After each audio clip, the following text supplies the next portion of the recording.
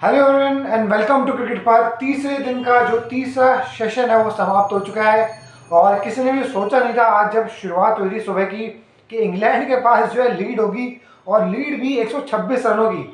तो चौथी बैटिंग जो करनी है वो हमने ही करनी इंडिया ने।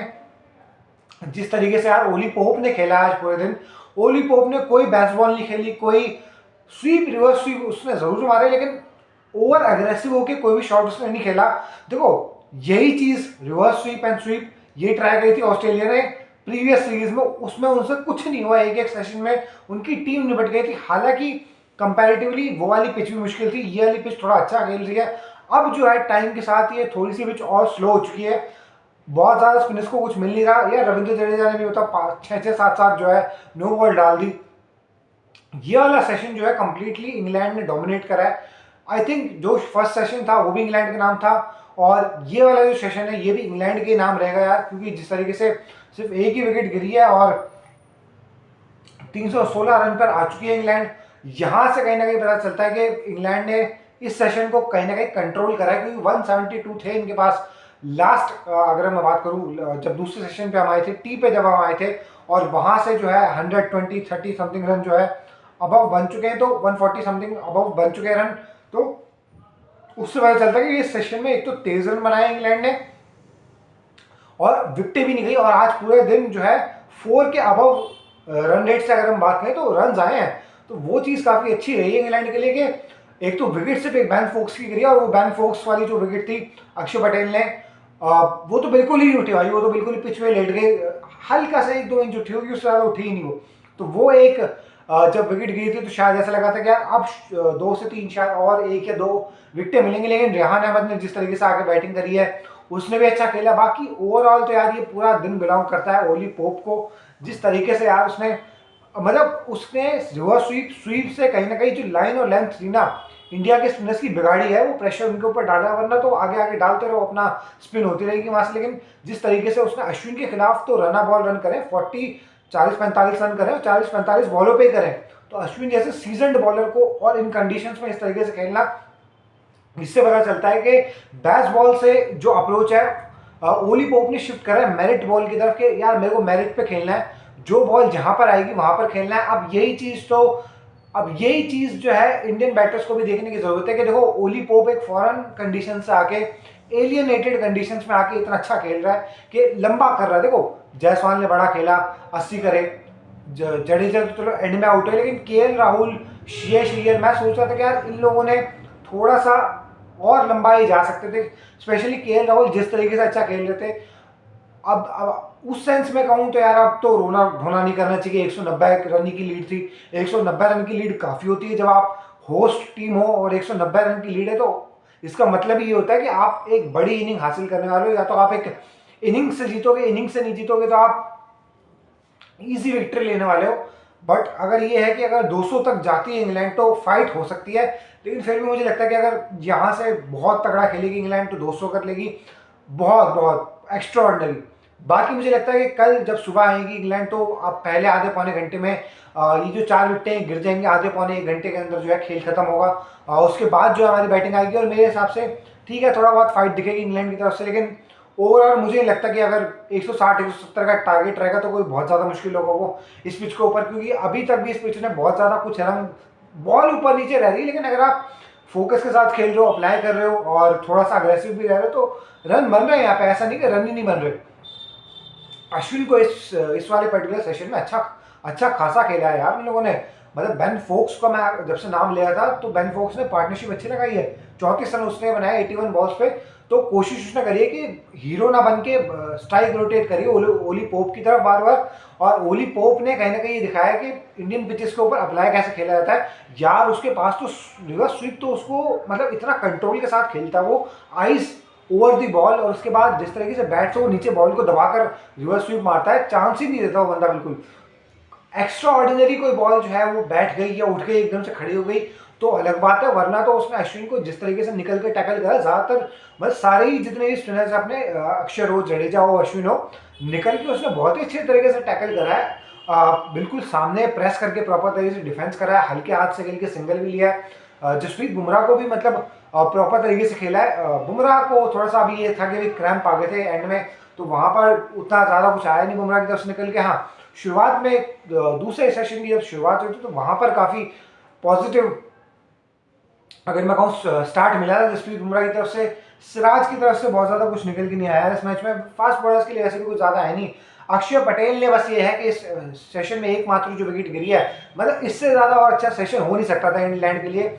अगर इंग्लैंड ने सोचा भी होगा तो ये वो प्रॉपर सेशन होगा जो इंग्लैंड ने एक्सपेक्ट किया होगा कि यार 140 समथिंग रन बन जाएंगे और एक ही विकेट गिरेगा। और अब जो है कहीं ना कहीं इंग्लैंड सोच रहा होगा कि यार अब इस लीड को कितना और लंबा ले जा सके ताकि अगर समहाउ 170 180 समथिंग पे अगर आते हैं तो फाइट तो कर सकते हैं इंग्लैंड। लेकिन मेरे को फिर भी लगता है कि अगर इजी नहीं तो 5 विकेटों से तो कम इंडिया जीत ही जाएगा इस मैच को। लेकिन वो फिर भी मैं कहूँगा कि यार 5 विकेटों से भी जीतने के बाद ना वो मोरल क्रशिंग विक्ट्री जो हम दे सकते थे इंग्लैंड को, वो कहीं ना कहीं हम नहीं दे पाएंगे। मैं सोच रहा था पिछले सेशन में बोल के गया था कि शायद इस सेशन तक जो है रिजल्ट आ जाएगा मैच का, लेकिन इस सेशन में पिच अच्छी खेली भी है, ऊपर नीचे रही है, लेकिन वो एक्स्ट्रा ऑर्डिनरी जो बाउंस, एक्स्ट्रा ऑर्डिनरी टर्न हमें देखने के लिए नहीं मिला।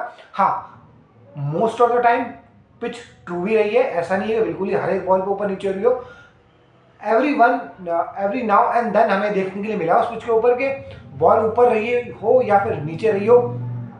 अगर आप आपका कंसंट्रेशन लेवल ग्रेटर है, अगर आप टेस्ट मैच समझते हो, खेल सकते हो, तो जिस तरीके से दिखाया भाई ओली पोप ने कि इस पिच के ऊपर रन कैसे बनते हैं, वो मजा आया। और सबसे बड़ी बात उसकी है कि छक्के उसने नहीं मारे, लेकिन उसने 17 चौके मारे भाई अगले बंदे ने। 271 का स्ट्राइक रेट है उसका, और आई थिंक 71 का स्ट्राइक रेट एब्सोल्युटली फाइन है भाई। और इन कंडीशंस के ऊपर जहाँ पर आपको इंडिया में खेलना पड़ रहा है, टॉप क्वालिटी स्पिनर्स अक्षर है, जडेजा है, अश्विन है, ये सब यहाँ पर मंजे हुए बॉलर है, और इनके अगेंस्ट इस अच्छे स्ट्राइक रेट के साथ सोच से पता चलता है कि अगर आपका एक्यूरेसी हो, अगर आप हाई रिस्क शॉट भी खेलो, लेकिन वहां पर अगर आप एक्यूरेट हो तो रिस्क जो रिटर्न ट्रेड ऑफ होता है वहां पर आप रिवॉर्ड्स को भी रीप कर सकते हो। तो वही चीज जो है ओली पोप ने करके दिखाई है यार। जडेजा ने 5-5 6 ओवर डाल दिया यार, वो तो उसी दुख में अब तक कि मेरी सुबह जो है 100 नहीं बनी। वो भाई बन जाएगी तेरी 100, तो लाइन और लाइन तो पकड़ ले कम से कम।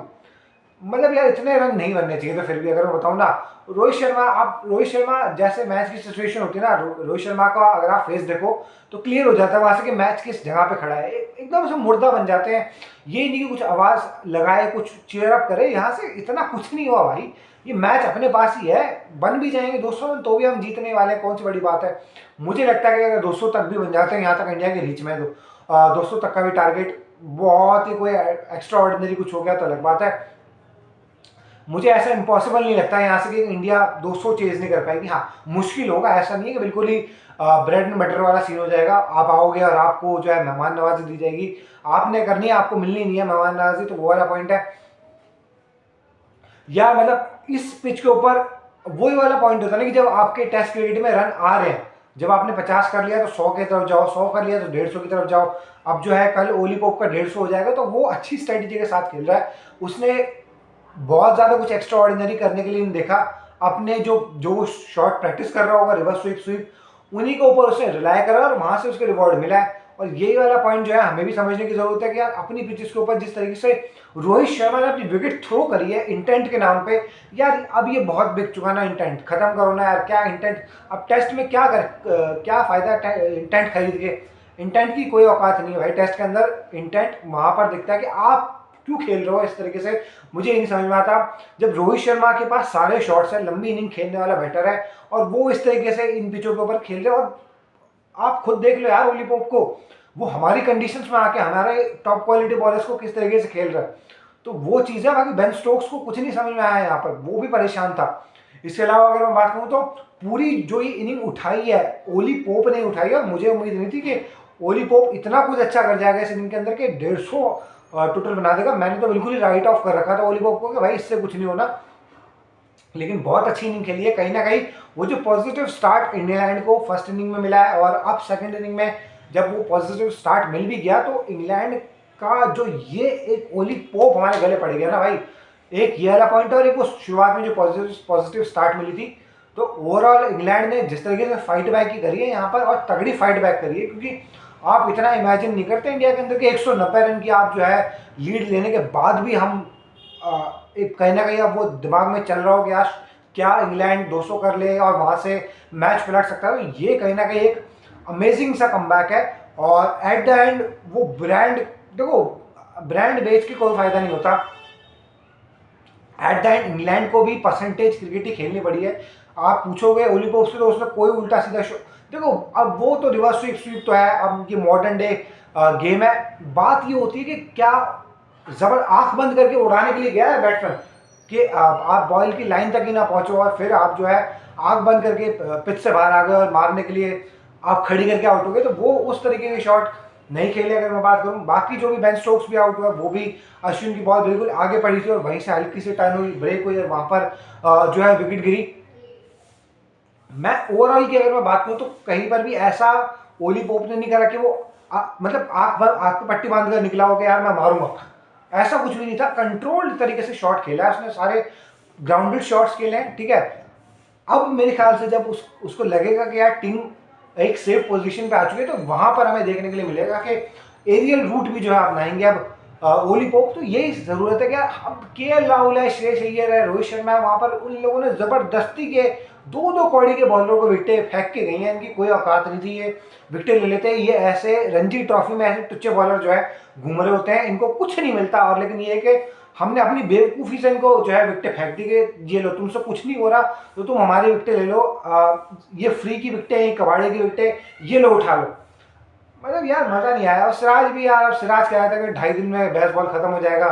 अब ठीक है भाई, तो कुछ कर भी तो सही बॉल के साथ। बुमराह ने भी 2 विकेटें ले ली, 1 तो विकेट ले तो कम से कम मज़ा नहीं आता ना यार। फिर आप या तो बोलो मत कि यार बेसबॉल ये हो जाएगा वो हो जाएगा, वो तो उनकी ऐसी तैसी हो गई। ओली पोप ने बचा लिया इनको, ओली पोप ने एक्स्ट्रा ऑर्डिनरी खेला ना।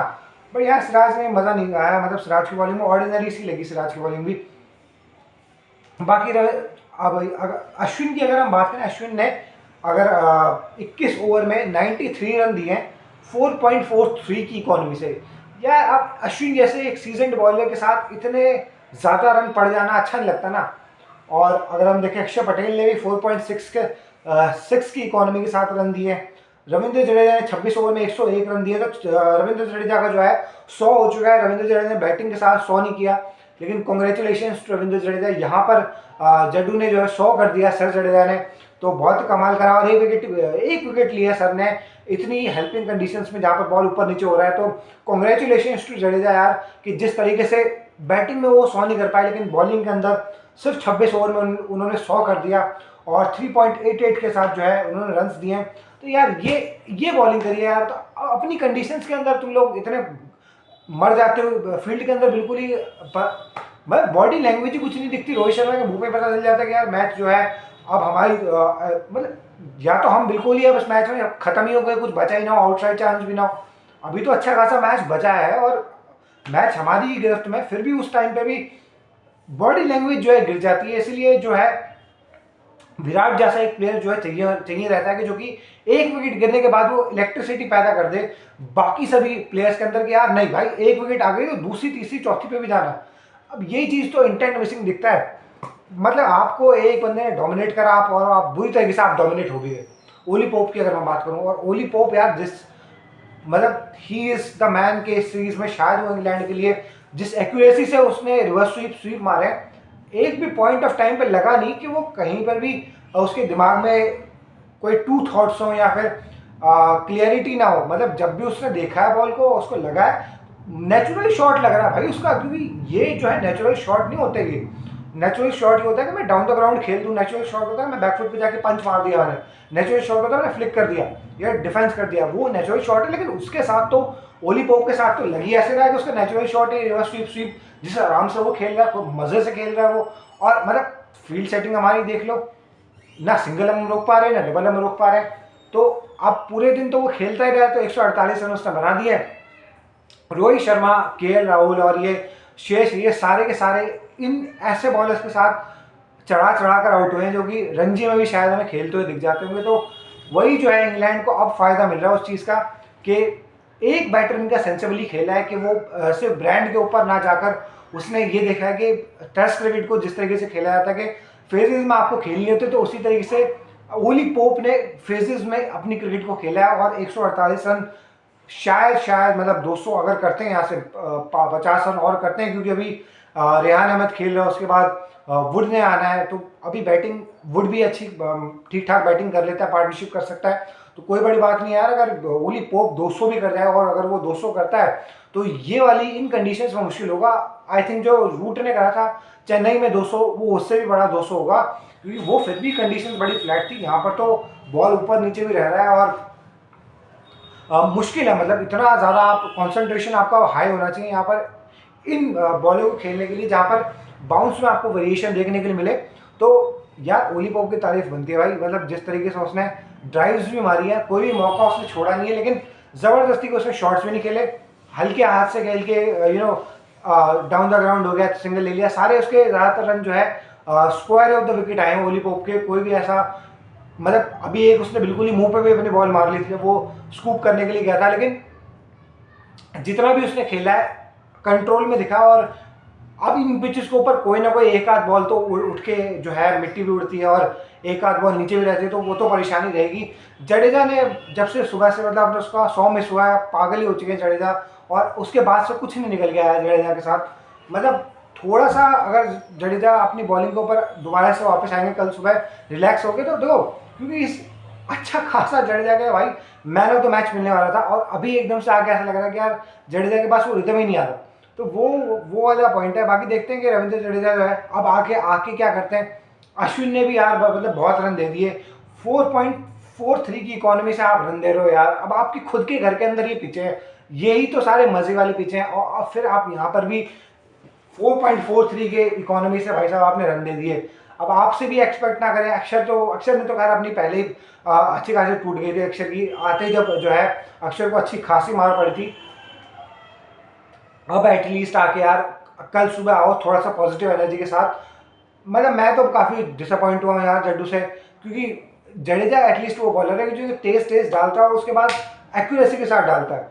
बाकी अगर मैं बात करूं तो रोहित शर्मा को भी ज़रूरत है यार कि आप बैठे, अब आगे जो कल का सुबह का सेशन है उसमें थोड़ा सा एनर्जी के साथ आए, और शायद शुरुआत दोबारा से बुमराह के साथ की जाए सुबह सुबह में। अभी तो ये बहुत पुराना ही हो जाएगा, शायद कल थोड़ी सी और ये पिच मुश्किल हो जाए यार, क्योंकि अब तक तो 3 दिन फिर भी ये बैटिंग के लिए अप्लाई करके खेलने के लिए ठीक रही है, लेकिन ये देखना होगा कि क्या कल जो चौथा दिन है वहाँ पर ये जनरली ऐसी विकेट बन जाएगी जो कि अगर आप प्रिकॉशियस वे में भी खेल रहे हो और मतलब मेरिट पे भी अगर आप खेलो तो वहाँ पर भी क्या बैट्समैन को मुश्किल होगी, वो चीज़ें देखने वाली होंगी। बाकी यही होगा कि रोहित शर्मा जो है कल थोड़ा सा पॉजिटिव इंटेंट के साथ आए, थोड़ा सा आज सुबह जिस तरीके से इंग्लैंड ने बॉलिंग करी है उसी तरीके से अगर इंडिया बॉलिंग के लिए जाए कि कोई भी उल्टा सीधा जो स्ट्रोक है, मतलब मेन चीज़ ये है कि आज सुबह इंग्लैंड बॉलिंग के साथ जब आया तो उनके पास एक प्लान था, उसको उन्होंने एग्जीक्यूट करा कि यार जो रूट जो है वो विकेट टू विकेट डालेंगे, लाइन और लेंथ पे फिनिश करेंगे। उस तरीके से मार्क वुड का भी यही होगा कि वो भी विकेट पे फिनिश करेंगे, और वहाँ से एट द एंड जो रूट को भी सफलता मिली और उन लोगों ने फिर वो पूरा सेशन डोमिनेट कर दिया। जो कि हम सोच रहे थे कि जडेजा और अक्षर पटेल ही बैटिंग करते रहेंगे, तो उसी तरीके से रोहित शर्मा को अब सोचने की जरूरत है कि यार आप पॉजिटिवली आए, देखो आप